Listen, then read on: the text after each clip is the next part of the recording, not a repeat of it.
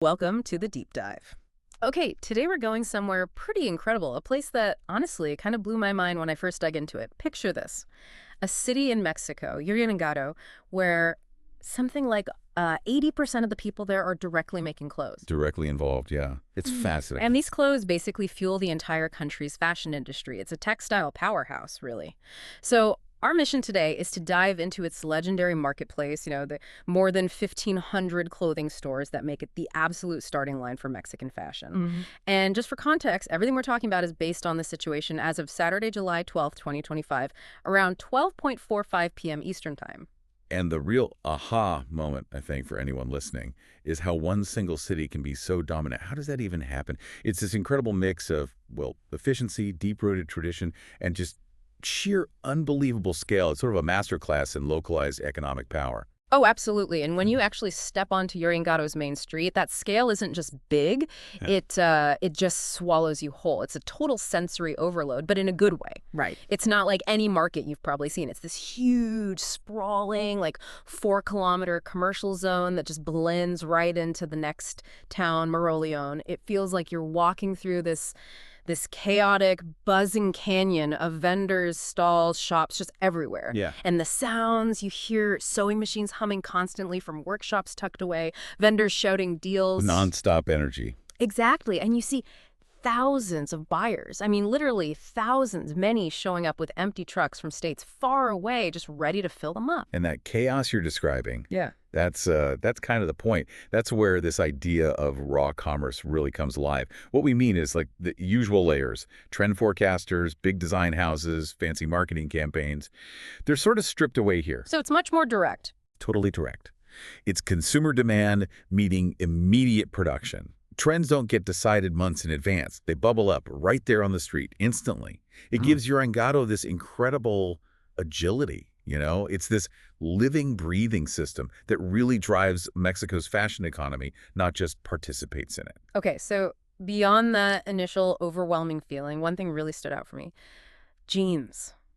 Just mountains of them. The denim. Yes. I walked into this one place, like a warehouse store, and seriously, walls stacked high, every style you could think of. The air was thick, with that smell of cotton and dye. You can almost smell it now describing it. Right. So I grabbed this pair, really sturdy, trendy looking, tight stitching, the kind you'd easily pay, what, $50 for back home? At least. And the price, it was less than a movie ticket. I mean, genuinely shocked. My first thought was, okay, what's the catch? How is that possible without, terrible quality or cutting corners somewhere important? That is the million-dollar question, isn't it?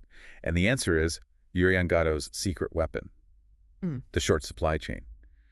There really isn't a catch in the way you'd think. See, a lot of those jeans, they're sewn right there or very nearby, often in small workshops, sometimes family-run places. So no distributors, no middlemen adding costs. Exactly. Yeah. It's maker direct to seller, pretty much. Yeah. That's how you get decent quality fashion that's incredibly accessible, not just, cheap. And that's why resellers flood into Uriangato, those profit margins. They're just unbeatable for them. It's amazing to think about that volume, those mountains of jeans. But Uriangato, it has more soul than just mass production, right? There's this tradition, this craft element too. Oh, absolutely. Its textile history goes way back mid-20th century to making rebozos. Those beautiful shawls, yeah. And okay, maybe making rebozos isn't as big now with industrial competition, but you see that legacy, that skill in the city's knitwear today.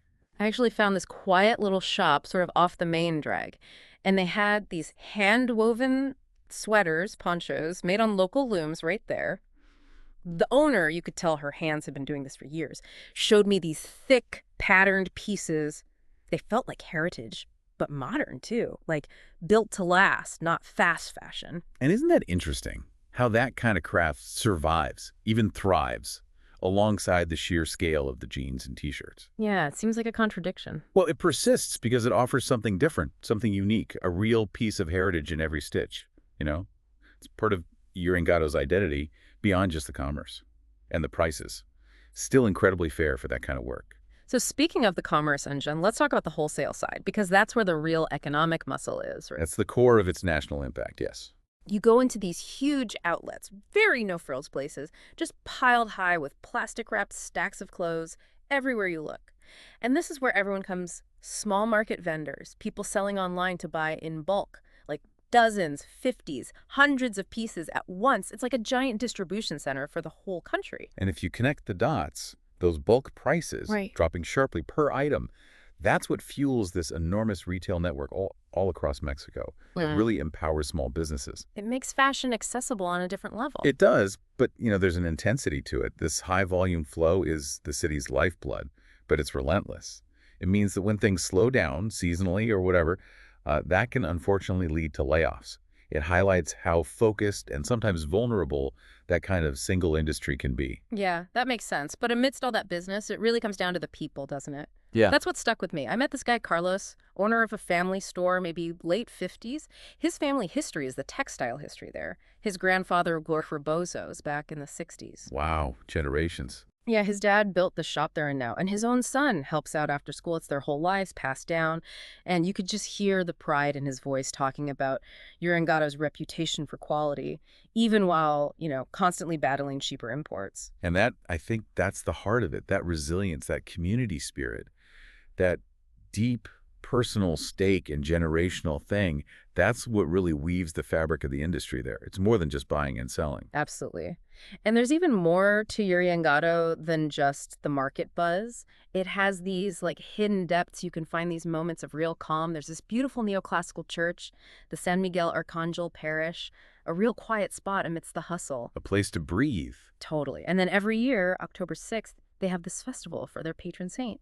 They create these unbelievably intricate carpets on the streets made of sawdust and flowers. People come from all over the world to see them. It's stunning. And those details, they're not just trivia, right? They tell you about the city's character, that artistic side, that spiritual tradition. It sits right alongside the industrial buzz. It adds layers, history, faith.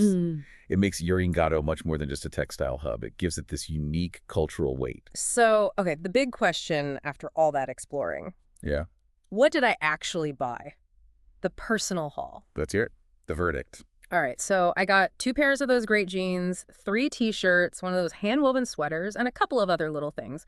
Grand total, 800 Mexican pesos, Which is under $50. Seriously, for everything. You think about retail prices for that kind of quality elsewhere, easily 3, maybe 4 times that. It felt like an absolute steal. So the takeaway for, anyone listening, families, entrepreneurs, fashion lovers, the value is just undeniable, isn't it? Okay, yes, you have to navigate the chaos, maybe put in a bit of effort to find what you want. Definitely takes some energy. But the reward, discovering this hidden engine of Mexico's economy, finding those quality goods at those prices, it completely justifies the effort, I think. Yeah, I agree.